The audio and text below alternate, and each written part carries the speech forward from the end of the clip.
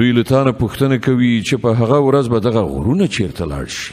ووایه چې زما پروردګار به هغه خاورې ری کړي، وابه یې لوځوي او ځمکه به یو داسې هوار سوتره میدان جوړ کړي چې په هغه کې به ته هیڅ لوړه ژوره ونه وینې.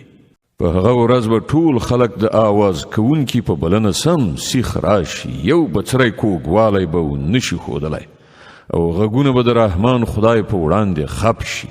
له ډېر ټیټه غږ نه پرته به ته نور هیڅ وانه وري. په هغه ورځ به شفاعت په درد نه خوري مګر دا چې چاته رحمان خدای د هغې اجازه ورکړي او د هغه خبر اورېدل خوښ کړي.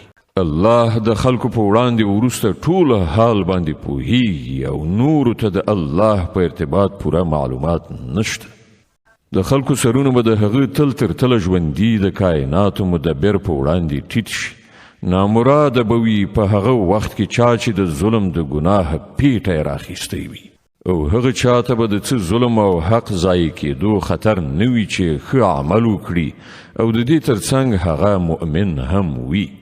او ای محمد صلی الله علیه وسلم، په همدې ډول مونږ دغه عربي قرآن نازل کړی دی او په دې کې مو راز اخطارونه ورکړي دي.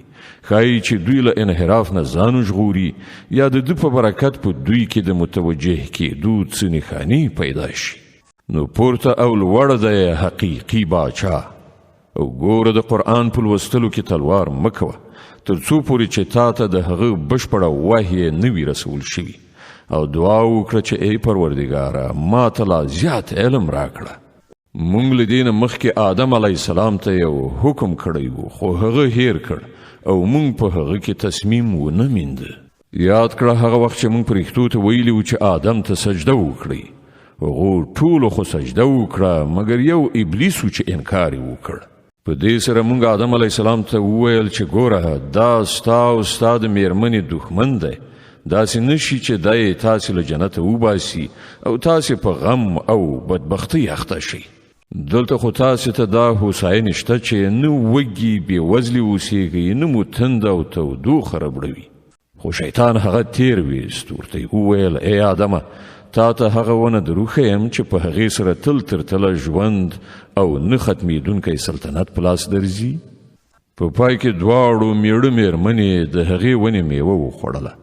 نتیجه دا شوه چې سمدلاسه د هغو سطر یو د بل په وړاندې لوڅ شو او دواړه د جنت په پاڼو سره د خپلو ځانونو په پټولو باندې لګیا شول.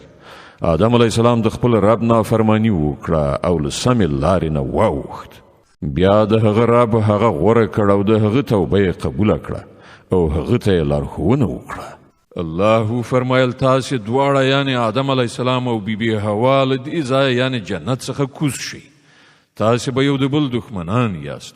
اوس که زما له لوري تاسې ته کوم هدایت ورسیږي نو څوک چې زما د هغه هدایت پیروي وکړي هغه به نه ګمراه شي نه به په بدبختۍ کې اخته شي او څوک چې زما له ذکر یعنې د نصیحت له درس نه مخ واړوي د هغه لپاره به په دنیا کې تنګ ژوند وي او د قیامت په ورځ به موږ هغه ړوند راپاڅو. هغه به ووایي پروردګاره په دنیا کې خو زه سترګور وم دلته دې ولې ړوند راپاڅولم. الله تعالی به وفرمایي هو په همدې شان دي زموږ آیاتونه چې تا ته راغلي وو تا هیر کړي وو هماغسې نن ته هیرول کېږي. په دې ډول موږ له حده تیري کوونکو او د خپل رب د آیاتونو نه منونکو ته په دنیا کې مجازات ورکوو او د آخرت عذاب زیات سخت او ډیر پایښت لرونکی دی. او آیا دغه خلکو ته د تاریخ له دغه درس نه څه درس ور په برخه نه شو چې له دې نه مخکې موږ څومره قومونه هلاک کړي دي چې د هغو په وران شوو کلیو کې نن دوی ځي راځي. په حقیقت کې په دې کې د هغو خلکو لپاره ډېرې نښانې دي چې د سالمې پوهې خاوندان دي. که ستا د رب لخوا مخکې د یوې خبرې پرېکړه نه وای شوې او د مهلت یوه موده نه وای ټاکله شوې نو ارومرو به د دوی هم فیصله شوې وای. نو ای محمد صلی الله علیه وسلم دوی چې کومې خبرې جوړوي پر هغو صبر وکړه او د خپل رب له ثنا ستاینې سره د هغه پاکي بیان کړه له لمر ختلو نه مخکې او له لمر پرېوتلو نه مخکې او د شپې په وختونو کې هم هغه پاکي بیان کړه او د ورځې په څنډو کې هم ښایي چې ته راضي شي. او د دنیوي ژوندانه هغه ځل بل ته سترګې قدرې هم مو راړوه چې موږ له دوی نه راز خلکو ته ورکړي دي. هغه خو موږ په ازموینه کې د هغو د اچولو لپاره ورکړي دي. او ستا د رب درکړای شوې حلاله روزي ډیره ښه او پایښت لرونکې ده. خپلې کورنۍ ته د لمانځه توصیه وکړه او په خپله هم د هغه پابند اوسه.